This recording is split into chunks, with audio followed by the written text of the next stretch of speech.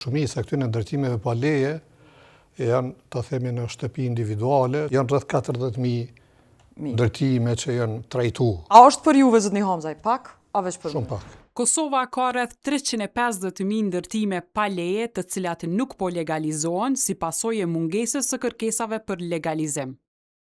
Kjo është një nga gjetjet në raportin e BIN Kosova, pengesat në pjesëmarrjen e barabartë në sistemin e qeverisjes së të drejtës pronësore në Kosovë. Ram Hamzaj nga Ministria e Mjedisit, mos legalizimin e pronave e sheh sfidë të nivelit lokal dhe qendror, për shkak të kapaciteteve njerëzore, mekanizmave institucional dhe procesit të ngecjes së kërkesave për legalizim. Nashta mendoj që këtu pak edhe shoqëria civile edhe njerëzit tjerë që ish dasht me sensibilizu pak ma shumë përfitimet që çka përfitohet e pjesa e legalizimit ose me procesin e legalizimit, siç u potencua edhe pjesa e trashëgimisë, pastaj siguria juridike rreth të drejtës pronësore, pastaj hipotekimi aty në pronave që ndikon drejt për drejt edhe në zhvillimin ekonomik të vendit.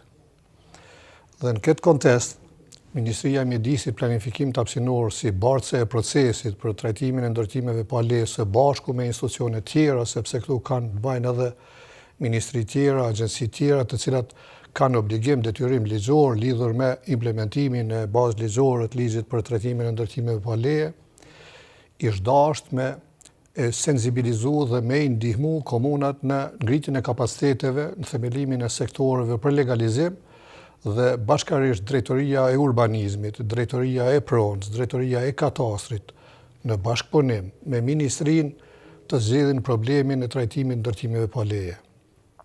Për raste sociale, se shumica këtyre ndërtimeve pa leje janë, ta themi, në shtëpi individuale, që mund të jenë kategori sipas ligjit ndërtimit, mund të jenë kategori e parë, po mund të jenë edhe kategori e dytë e shtëpisë. Sipas ju që sa vite jemi të i prit njerëz me legalizu? Që sa vite? 10 vjet? Po, unë e potencova këta që nga fillimi i procesit, trajtimit ndërtimeve pa leje, dhe derisa na e kemi edhe një vendim të ministrit, i cili vendim përfundon këtë vit. Pastaj kemi do të sa janë legalizu në këtë rreth sipas shënimeve që i kam marrë, që kemi mujt me marrë dhe nuk e di sa janë reale këto shënime, janë rreth 40.000 ndërtime që janë trajtuar. A është për juve, zotni Hamzaj, pak? A veç për Shumë pak. Shumë pak, sepse këto po ndikojnë drejt për drejt edhe në planet zhvillimore komunale. Atëherë, pse s'po kanë stimulim qytetari thjesht? Pse s'ka stimulim me legalizu? Pse s'po dë me legalizu? As po mundet mi bo dokumentat? A shumë i vështirë procesi rigoroza? Çka o puna? Te ligji i parë, kur kanë qenë taksat në pyetje, na me ligjin e dytë kemi zvoglu taksat, tarifat. Dhe kemi tentu që ta bëjmë një proces më të thjeshtuar, sidomos te kategoria e parë, që nevojitet vetëm me një elaborat gjeodezik përmes gjeodetëve të licencuar ose kompanive të licencuar, ta paraqet kërkesën, po edhe qatë gjeodet të licencuar ose kompani të licencuar në gjeodezisë, pronari po duhet me paguat. Kurse Faik Kelmendi, ushtrues detyre i drejtorit në Agjencinë Kadastrale të Kosovës, ka treguar tarifat dhe dokumentet e nevojshme për legalizimin e pronës. Nëse një shtëpi, ta zona është në hajde zënë 100 dhe 200 euro. 100, afërsisht, ta marrëm dikon janë 130-40 metra, si shtëpijat mesatare, 2 katëshe që janë. Duhet elaborati gjeodezit. Çka tjetër duhet që...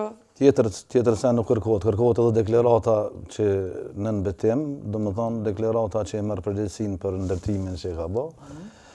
Edhe certifikate e pronës. Edhe certifikate e pronës. Po, certifikate e pronës, po. Mirë, po si procedurë është e thjeshtë për kategorinë e parë, ndërsa kategoria e dytë është më Fajka, kiti na i shpjegim pse njerëzit nuk po dojnë me legalizu, nuk po aplikojnë për legalizim. Hajtë thojmë kështu, nuk po aplikojnë me të madhe.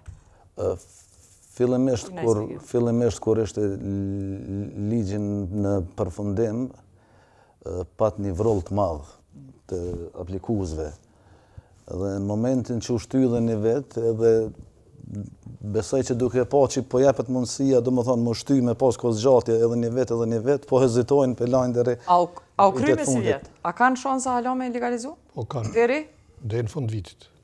Po, mas këtij vitit? Mas këtij vitit ka drejt ministrja me nxjerrë edhe një vendim edhe për një vit, me vazhdu. Raporti i BIN Kosova për të drejtat pronësore është realizuar me mbështetjen e Bankës Botërore në kuadër të projektit PIAKOS të zbatuar nga ATRC.